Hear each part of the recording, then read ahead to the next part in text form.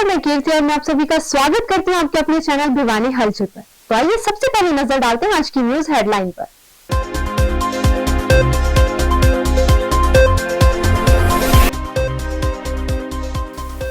लंबित मांगों को लेकर फिर बिफरे सफाई कर्मचारी, विधायक आवास का किया घेराव।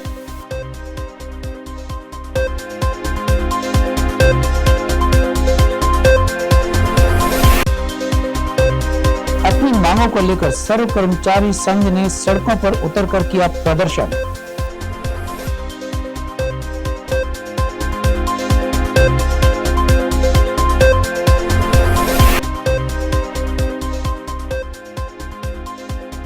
प्रशिक्षण शिविर में सर्वे के बारे में विस्तार से दी गई टीम को जानकारी।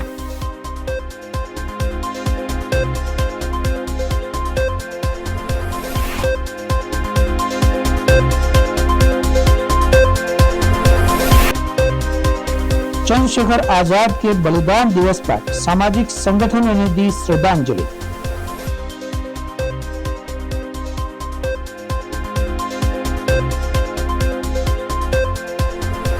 अब खबर विस्तार से।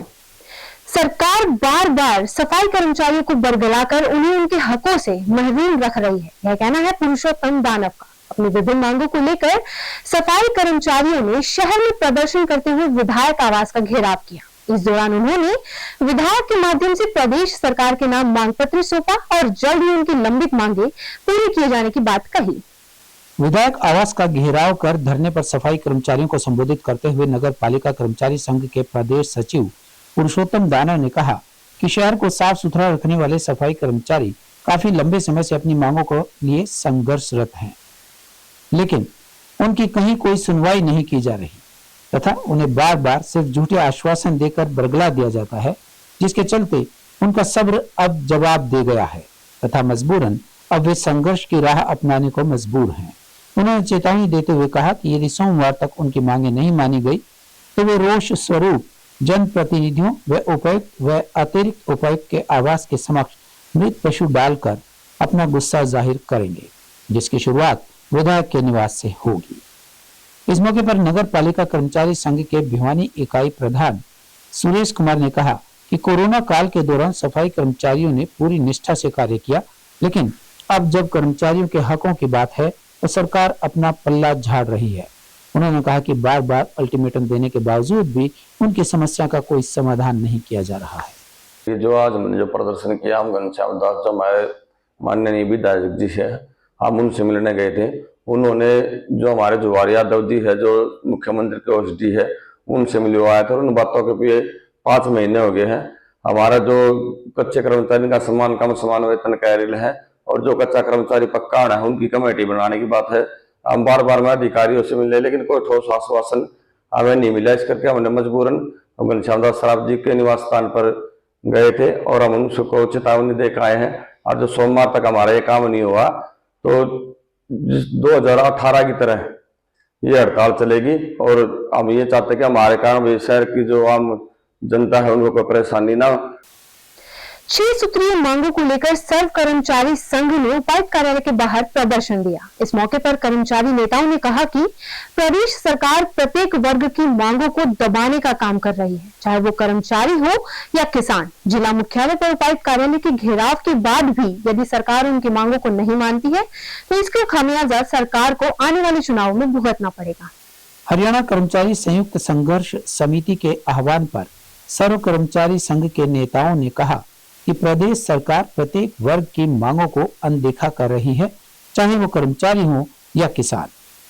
उन्होंने बताया कि 6 सूत्रीय मांगों में रेगुलराइजेशन की नीति बनाना, पुरानी पेंशन बहाल करना, कौशल रोजगार निगम को भंग करना, विभागों में खाली पड़े पदों पर नियमित भर्तियां करना वे सभी वर्गों की वेतन विसंगतियां दूर करते हुए हरियाणा का अलग से वेतन आयोग का गठन करने की मांग को लेकर प्रदेश के जिला मुख्यालयों पर उपायुक्त कार्यालयों का घेराव किया गया और उन्होंने कहा कि सरकार फिर भी नहीं मानती है तो वोट की चोट करने से कर्मचारी पीछे नहीं हटेंगे। जब भी है ना, चाहे वो कर्मचारी की मांग है चाहे वो युवा की मांग है, हम दिन रात लोगों के बीच में रहते धरातल पे काम करने वाले हैं। हमें युवा आज ऐसी स्टेज पे आ गया, हमारे बच्चे मरने पर मजबूर हो रहे हैं, क्योंकि आज उनको ना टाइम पे ना तो घर वाले ये चाहते हैं पढ़ लिख के हमारा बच्चा कहीं जॉब लग जाएगा। जॉब लगने वाली तो बात है ही नहीं कि कौशल रोजगार जैसे सरकार अपनी पॉलिसियां लेके आ गई, उसमें क्या है 1 साल के लिए, फिर उसको दोबारा से अगर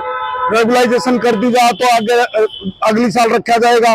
तो हम एक तो सरकार की कड़े शब्दों में निंदा करते हैं कि कौशल रोजगार बंद करके स्थायी जॉब लगाई जाए बच्चों की, ताकि फसलों की पैदावार व उपज की जानकारी के लिए कृषि विज्ञान केंद्र में क्रॉप कटिंग ट्रेनिंग का आयोजन किया गया। इस मौके पर राज्य, जिला व ब्लॉक स्तर पर कार्यरत कृषि विभाग कर्मचारियों ने भाग लिया। प्रशिक्षण शिविर का उद्देश्य 5 सालों में होने वाली फसलों की पैदावार की निष्पक्ष तरीके से तुलना करना है, ताकि जरूरतमंद व नियमित किसानों को कम पैदावार होने पर मुआवजा दिया जा सके। कृषि विज्ञान केंद्र में राज्य, जिला व ब्लॉक स्तर पर कार्यरत फील्ड सुपरवाइजर्स, एडीओ व बीटीएम सहित पूरी टीम को फसल कटाई को लेकर प्रशिक्षण दिया गया। इस प्रशिक्षण शिविर में टीम को फसलों की पैदावार व उपज के प्रति जागरूक किया गया। वहीं एग्रीकल्चर डिपार्टमेंट के सहायक सांख्यिकी अधिकारी रतन सिंह ने बताया कि प्रशिक्षण शिविर में सर्वे के बारे में विस्तार से टीम को जानकारी दी गई है और ऐप के माध्यम से होने वाले फसलों की पैदावार की गणना के बारे में भी बताया गया। उन्होंने कहा कि बीमा कंपनी और किसानों को निष्पक्ष तरीके से उपज की जानकारी प्रदान करने के लिए प्रशिक्षण शिविर लगाया गया था। साथ ही उन्होंने बताया कि प्रशिक्षण के माध्यम से टीम द्वारा 5 सालों की फसलों की पैदावार की जानकारी एकत्रित कर उनकी तुलना की जाएगी और यदि फसल की पैदावार पिछली पैदावार से कम पाई जाती है तो नियमित किसानों को मुआवजा प्रदान किया जाएगा। अधिकारी एग्रीकल्चर डिपार्टमेंट भिवाड़ी, आज हमने यहाँ क्रॉप कटिंग की ट्रेनिंग का प्रोग्राम रखा हुआ था। हम जो ओट्स पैदावार निकालेंगे, जो राज्य की, डिस्ट्रिक्ट की, ब्लॉक की, गांव की क्या पैदावार होती है, वो हमने अपने फील्ड सुपरवाइजरों से, फील्ड वर्कर से, एडीओ से, एटीएम से, बीटीएम से, पूरी टीम होती है, उनसे तैयार करवानी है। तो उनको यहाँ पर प्रशिक्षण दिया गया है, जो एक्सपेरिमेंट है वो फसल बीमा ऐप से भी किए जाने हैं। एक है GCS सर्वे, उससे भी किए जाने हैं, दोनों ऐप से होने हैं। तो इनकी अलॉटमेंट फील्ड में बांट दी है। एक अच्छा काम हो, निष्पक्ष भाव से हो, किसानों को भी अच्छा लगे, बीमा कंपनी को भी एक कोई मतलब निष्पक्ष भाव से काम करने के लिए पूरी ट्रेनिंग दी गई है। एक्सपेरिमेंट सही हमारी उपज की जानकारी हमें हो सके उसके लिए। स्वतंत्रता संग्राम में अहम भूमिका निभाने वाले स्वतंत्रता सेनानी चंद्रशेखर आजाद के बलिदान को भुलाया नहीं जा सकता, यह कहना था विनोद प्रजापति का। नेहरू पार्क स्थित शहीद स्मारक पर विभिन्न सामाजिक संगठनों ने चंद्रशेखर आजाद के बलिदान दिवस पर पुष्पांजलि अर्पित की और उनके जीवन पर प्रकाश डालते हुए उनके आदर्शों को अपनाने की बात कही। स्वतंत्रता सेनानी चंद्रशेखर आजाद के बलिदान दिवस पर उनके महान योगदान को स्मरण किया जाता है। वे भारतीय स्वतंत्रता संग्राम के प्रमुख योद्धाओं में से एक थे और उनका समर्पण व साहस स्वतंत्रता संग्राम में महत्वपूर्ण रहा। पार्षद विनोद कुमार ने कहा कि आजाद ने ब्रिटिश साम्राज्य के खिलाफ संघर्ष किया और अपने विद्यार्थी जीवन से ही अंग्रेजी सरकार के खिलाफ सख्त कदम उठाए और स्वतंत्रता संग्राम में अपना योगदान दिया। चंद्रशेखर आजाद ने अपनी अद्वितीय नेतृत्व और अद्भुत योग्यता के आधार से भारतीय स्वतंत्रता संग्राम को प्रेरित किया। आजाद का योगदान भारतीय इतिहास में अमर रहेगा।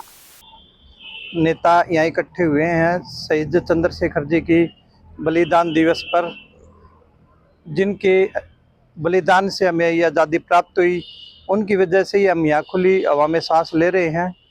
और मेरी एक अपील है कि हम अपने बच्चों को इनके बलिदान के बारे में बताएं, ताकि हमें आने वाली पीढ़ी को भी पता लगे कि इन्होंने ही हमें आज़ादी दिलवाई और अपने सीने पे गोलियां खाई, जिसकी वजह से हम खुली सांस हवा में सांस ले रहे हैं। आज नेहरू पार्क में शहीद स्मारक पर सामाजिक संगठनों के लोगों के द्वारा चंद्रशेखर आजाद जी की पुण्यतिथि के अवसर पर उन्हें पुष्पांजलि अर्पित की है। मैं ये कहना चाहूँगा कि चंद्रशेखर आजाद, शहीद भगत सिंह और अन्य जो हमारे देश के योद्धा पैदा हुए थे जो भारतवर्ष में, उनके बलिदान के कारण ही आज हम खुली हवा में सांस ले रहे हैं। अब एक खबर चलते चलते, 2 दिवसीय पहला भिवानी सर्कल कबड्डी कप 28 फरवरी से शुरू होगा। इस कबड्डी मुकाबले में पहला इनाम 5 लाख रुपए, दूसरा इनाम 3 लाख रुपए और तीसरा इनाम 2 लाख रुपए रखा गया है। इतना ही नहीं, 32वें नंबर तक आने वाले खिलाड़ियों को भी इनाम दिया जाएगा। 5 से 8वें स्थान तक 1 लाख रुपए, 9 से 16वें स्थान पर आने वाले खिलाड़ियों को 21,000 रुपए तथा 17 से 32वें नंबर तक आने वाले खिलाड़ियों को 11,000 रुपए दिए जाएंगे। ऐसे आयोजनों से प्रदेश के खिलाड़ियों को प्रोत्साहन मिलेगा। एक बार फिर आज की न्यूज हेडलाइंस।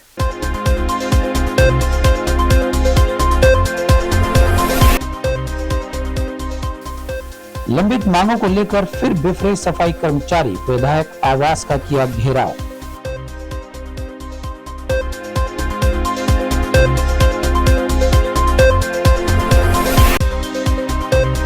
अपनी मांगों को लेकर सर्व कर्मचारी संघ ने सड़कों पर उतरकर किया प्रदर्शन।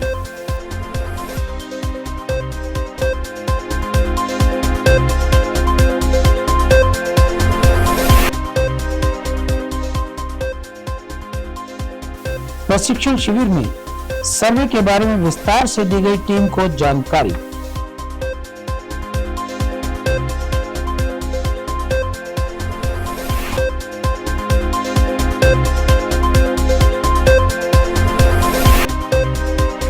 चंद्रशेखर आजाद के बलिदान दिवस पर सामाजिक संगठनों ने दी श्रद्धांजलि।